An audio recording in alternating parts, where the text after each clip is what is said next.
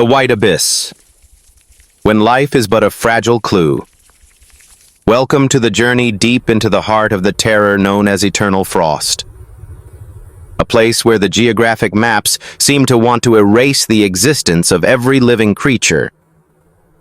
We are standing at the final frontier of existence, where temperatures of -50 to -70 degrees Celsius are no longer a mere weather measurement, but a brutal death sentence for anyone who dares to face nature without preparation. Look into the white void before you. That is not a visible fog. That is the white death lurking in every microscopic shard of ice dust. The air is so cold that it transforms into a weapon that can pierce through every layer of protection. Every breath you exhale immediately turns into shards of glass in the air.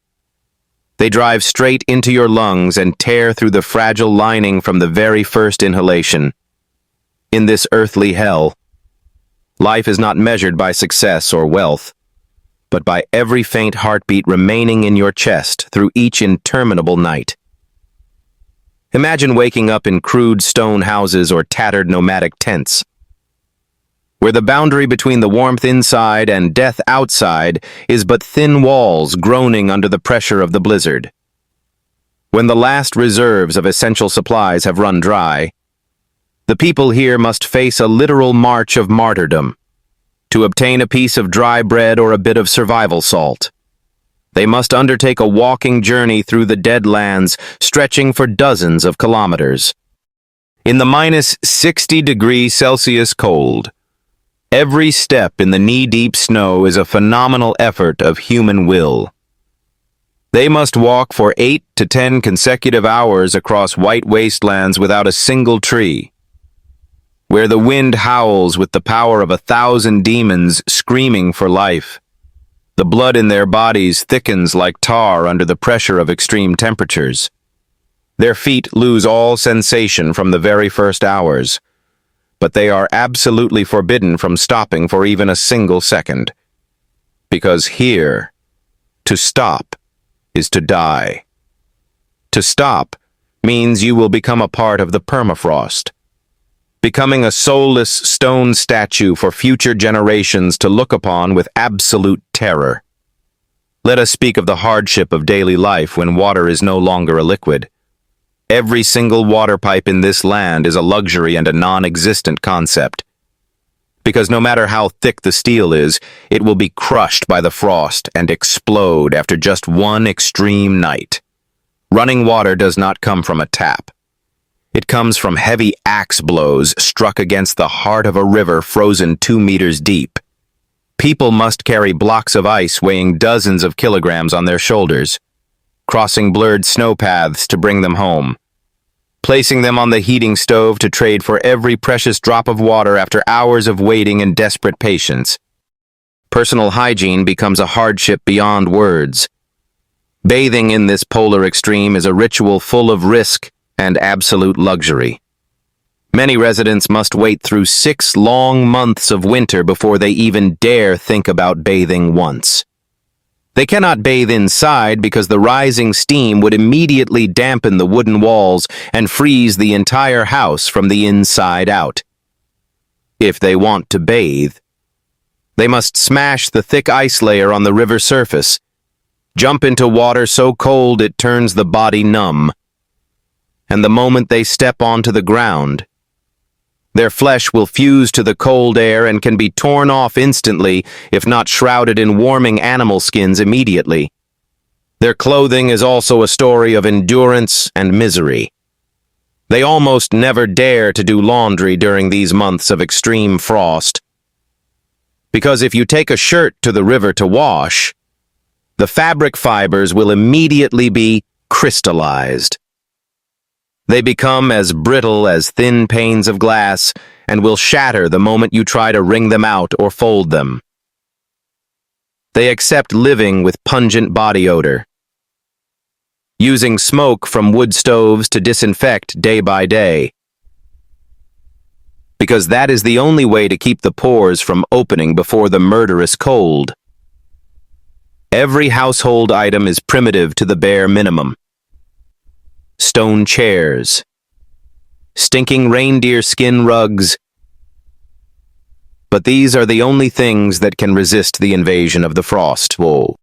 Food here is not for enjoyment, but a strategy to maintain life. Every meal is an emergency energy upload to keep the body from freezing from the inside out. Frozen raw fish slices called stroganina that crunch like ice. Pieces of reindeer liver still drenched in fresh blood. And gulps of thick animal fat are the only energy sources that help them maintain the beat of their hearts. In this minus 70 degrees Celsius world, every rule of cleanliness or glamour becomes meaningless. Only the rawest survival instinct between man and cruel nature remains. Look at the cars idling in the endless white night. They growl like the only living entities still carrying warmth in the frozen ocean. Drivers never dare to turn off the engine even to sleep or enter a grocery store, because they know that if the motor stops for 10 minutes, the oil will harden into stone, and the car will forever turn into a steel coffin. If this cold spreads globally, life will be but fragile clues found beneath the eternal snow. Humanity will understand the total collapse of civilization when facing the power of the frost. Every day that passes in this polar region is an epic of blood and tears, where humans must walk dozens of kilometers through the apocalyptic cold to trade for their family's existence.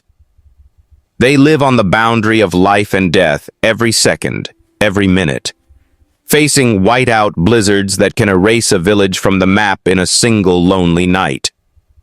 The cold does not just freeze their bodies, it seems to be freezing time itself, turning their lives into an eternal war that never reaches an end.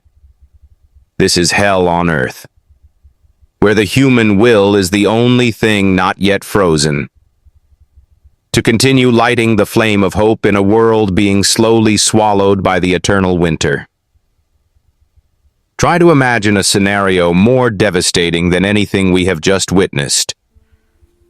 If this minus 70 degrees Celsius cold were no longer imprisoned in the distant poles, but began to spread globally like a white ghost, swallowing every modern city. At that moment, the concept of civilized life would vanish like smoke in an eternal blizzard. Life would then be but fragile clues found in dark shelters, where humans must scramble for every last bit of warmth to avoid being turned into stone.